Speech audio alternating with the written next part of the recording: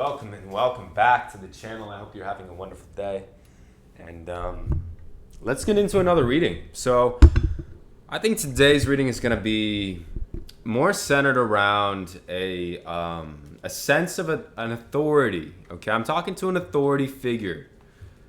Okay, you're either an authority figure, an arbiter, a judge in the 5D, or you have some real authority in the 3D. Okay, and I'm feeling certain things from you, and so let's look into what is going on. Okay, so we have Ace of Batons, and right away I can tell that there's this laissez-faire sort of hands-off leadership that you exude naturally. You exude it. Okay, you don't even need to tell people usually what's going on. Usually people follow whatever you're doing. Okay, it's not that they follow you, but they respect you, and because they have respect for you, they're more inclined to be influenced by you and follow your lead and be inspired by you and all of these things. And it's almost like you don't even have to try. Ace of Batons. Okay, Knight of Cups. Okay, but it does seem like there might be an energy that, and see, this is why this is coming up, because usually you don't have to say anything, you don't have to display the authority, you don't have to raise your voice or do anything strict or weird for people to understand that you're an authority figure. However, you have somebody in your energy who may, while they consciously recognize your authority, the unconscious version of them who's a little bit immature doesn't realize that what you're saying is for their own good, that your leadership and that the rules and standards that you have are actually to their benefit.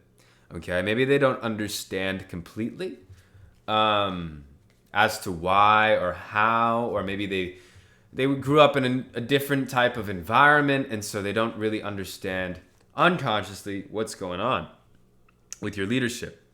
Okay, Three of Swords.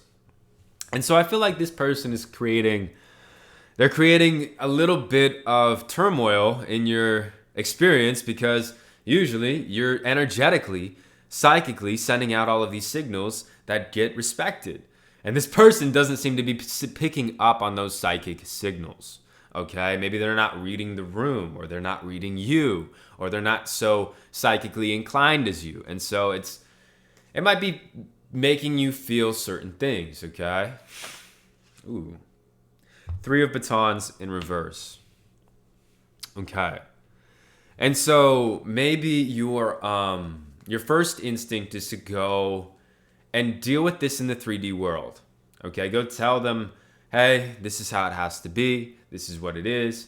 You have a goal, you have an opportunity to be great. Here's how you do it. This is the rules that we follow. Yada, yada, yada, right? And you want to go tell them in the 3D world. However, this person doesn't seem like they're too connected to the 3D, okay? It's not that they're not connected to the 3D. It's just they're very, it's like they're a childlike spirit, okay? And in order to influence this person, you may need to use energetic tactics here. The Hermit in reverse. Three of Batons, the Hermit in reverse. King of Swords in reverse.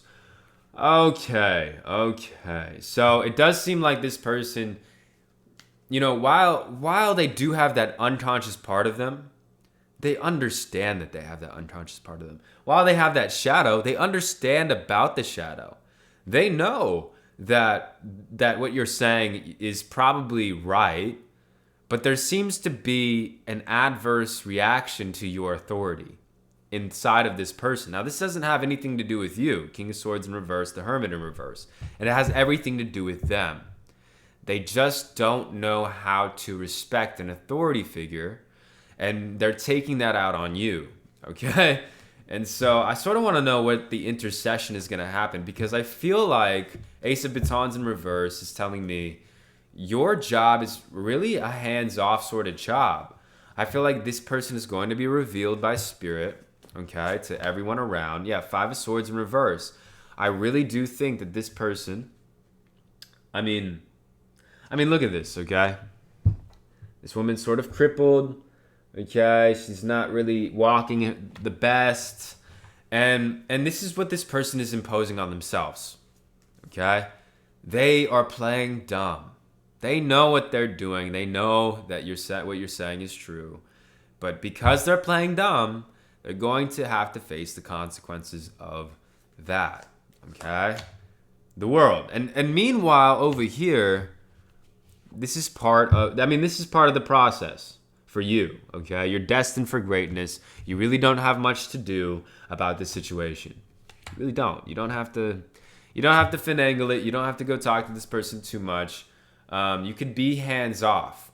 The world. And that's because of your wisdom. That's because of your authority. And I feel like you sort of know this. You know that there are certain time and place for everything, okay? And so you're really watching and you're observing and you're waiting for the right time at the right place to address the situation. That's the right move. This person has a lot of distorted energy, okay?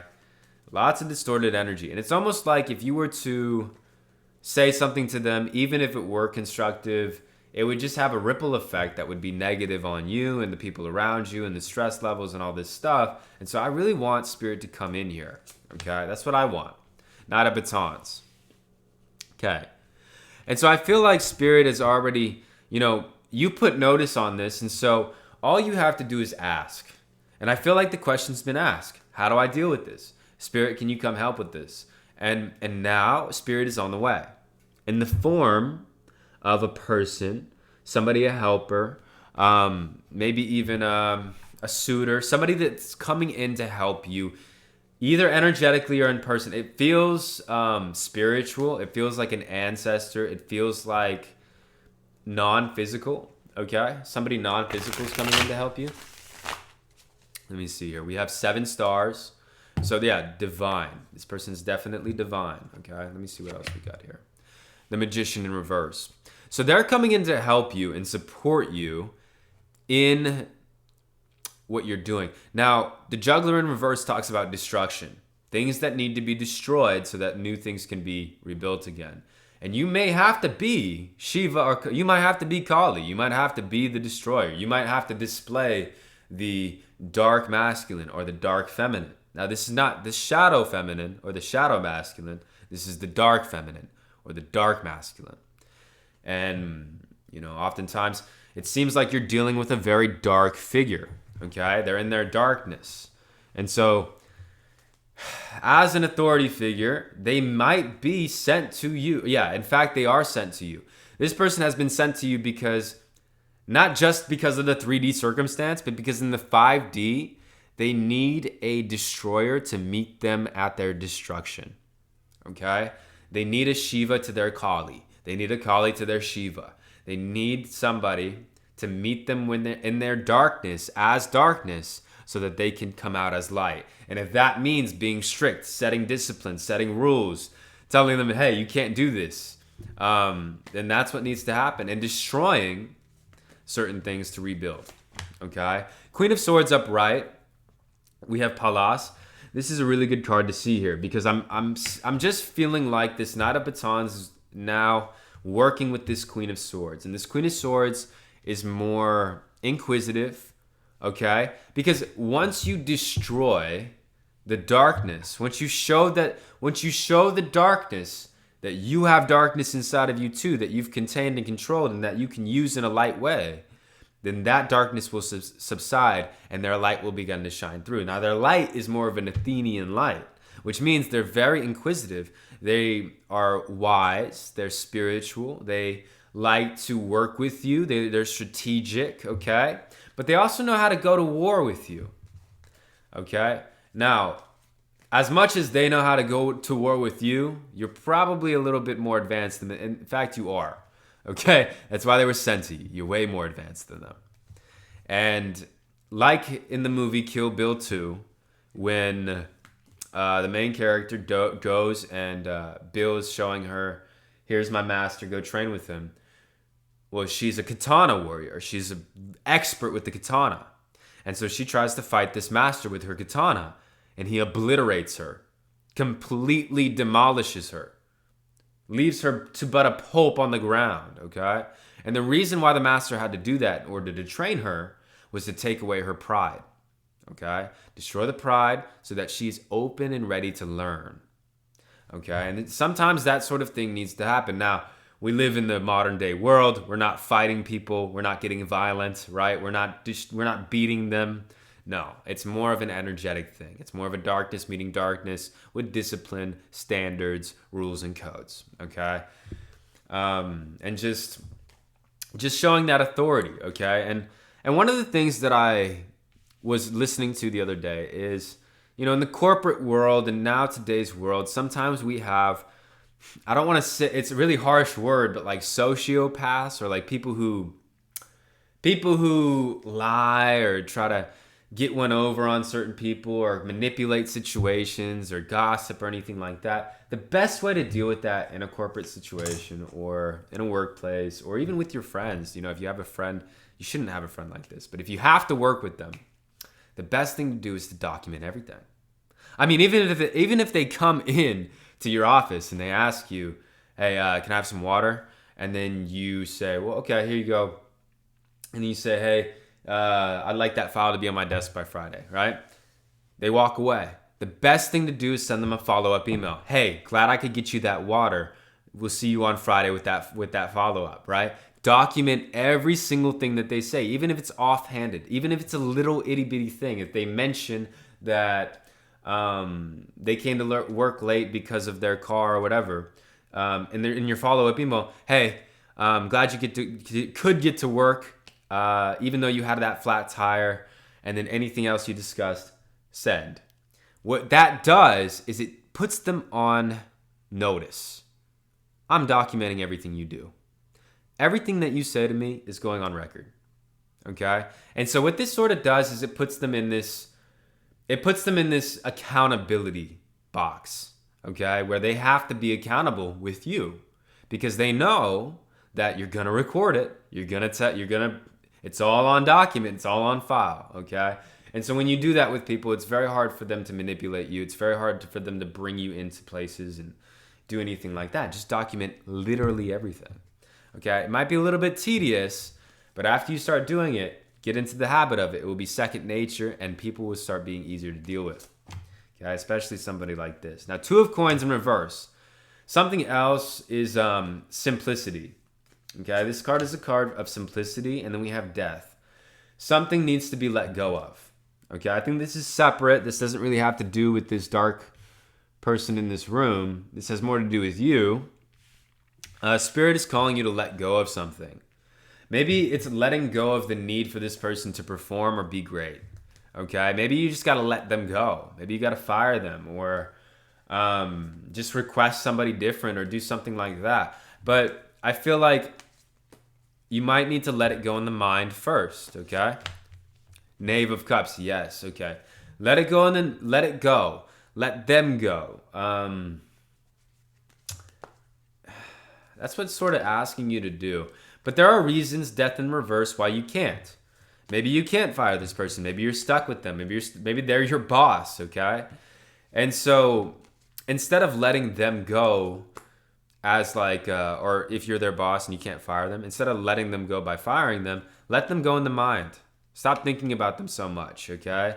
As soon as you get documenting all the things that you say, you won't have to think about them. You'll let that part of your brain go. And then you won't have to worry about he said, she said, this, that, the other. No, we recorded it. It's on file. Go check it out. Okay, cool. You said you'd be here at this time. I sent you a follow-up email. You confirmed. That's it. Something like that, okay? We got 9 of Cups in reverse, and we got 9 of Batons in reverse, 99 energy. This is clashing energies, I feel. I feel like somebody's not going to get what they want, okay? And basically, this person wants to put a lot of weight on you, and they're not going to get that. The weight's going to be put back on them, okay? Because you've had enough. And that's exactly what's going to be putting you in your power. Okay, King of Coins. Putting in your power, showing your authority, doing your thing. And not just in a sense of, oh, I'm seen as powerful. No, in a sense of inner dominion and inner power, knowing thyself and feeling confident in thy own skin. Okay, that's the power that I'm talking about. Feeling worldly, feeling confident, feeling graceful, feeling connected. These are the things that are coming because you're not going to let this person get what they want. You're going to you're not going to prioritize their needs over your own or over the needs of the operation, okay? And this is giving you a lot of luck as well, okay? Luck, Six of Cups in reverse. Just know that we have the 99 energy, so it's like almost there. Just know that if anything, once you get to this point of release in the mind and stuff, and you might already be there, it's an excellent time to serve yourself today, okay? And regardless of this reading and everything that we're getting in, if you're listening to this right now, today is an excellent day. And if you've been resonating, to like go to the bath, go to the sauna, take a warm shower for a long time, go hang out in the pool, go hang out in the hot tub, get in some water, get in some warm water, and just allow those emotions to run through you, okay? That's really gonna help you emotionally through this, okay? The Chariot. That's it. I'm going to end it right there. The Chariot, okay? That's victory. That's the beginning of a successful journey. That, this is just a cog in the wheel that needs to be worked out so that maybe you got to learn, or maybe Spirit's wanting to teach you how to deal with darkness in certain ways for something in the future. Maybe it has to do with, this is a lesson that's going to be needed for you in your teachings further on. And so that's a beautiful thing. Okay, Chariot. You're going to be successful. You're supported. You're loved. Let me see what else is going on. And I'm telling you guys, if you're looking at this right now, this might be going on in the 3D and stuff, but you got some luck coming in. Okay? This is you dealing with some sort of blockage within yourself through this outside person, and it's unlocking luck. Major lucky energy. I see 4-leaf clovers. I see the horseshoe. I think that, maybe, not maybe, like if you feel drawn to it, go get you a lottery ticket. Go get you something go play bingo or go sit down at a table somewhere. Because I feel like you have a lot of luck right now, okay? Courage. Now, fortune favors the bold, okay? And part of the reason why you're being lucky or you're getting lucky is because this is emboldening you. It's showing you that you are an authority. It's showing you that you do have power, that you do have dominion over yourself, and that you do have confidence in, like, everything that you've been thinking is correct, basically, okay? Now, I feel like the luck, again, fortune favors the bold, something completely separate from business or work, something that, like, maybe going to horse races or something. I don't know. The golden egg. The golden egg. I gotta read this to you before we go. Yeah, this is the heart chakra, the golden egg. This only comes about every once in a blue moon here. So let's see. So we have the golden egg. Okay, here we go. So within the golden egg lives a precious sound. Deep within the sound resides a message. The sound cannot be heard, nor the message discerned until we retreat from the noise of modern day life. The magical essence of the golden egg needs warmth, quiet, and time to unfold.